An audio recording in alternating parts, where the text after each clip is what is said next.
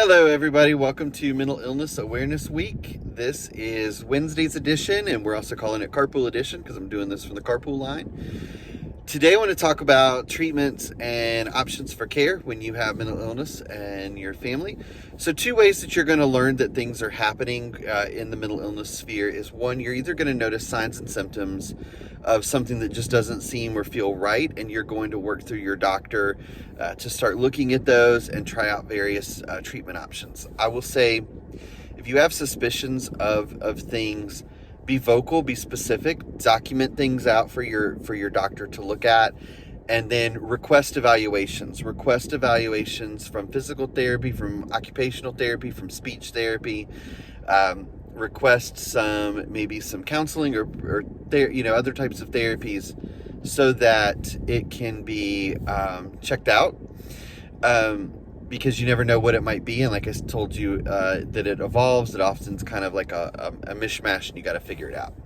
The most common way, however, that people, especially when you have teens, you're going to learn that there are mental health concerns is through a crisis episode. And through a crisis episode, it could be an attempt, it could be a major behavioral breakdown, it could be a hurting type situation. And I'm trying to watch my words carefully for algorithms and how they screen out certain words, but you kind of can read between the lines there.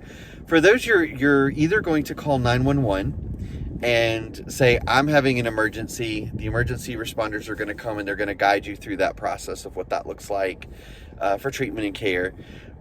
Take you to the emergency room, get some evaluations and things like that. Or you're going to be directed to take the child or take the teen to a mental health crisis center. And depending on your community, those vary in what they look like.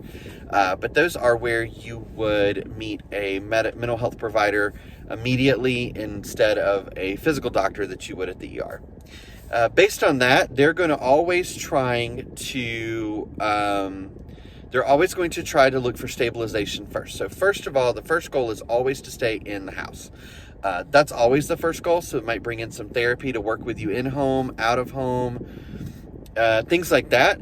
And then secondly, might have to look at residential if the needs are a little bit greater and it needs a little bit more time to work on the issue, or if you've been doing it a while and there are safety concerns and the person really needs to be in a long-term safe environment.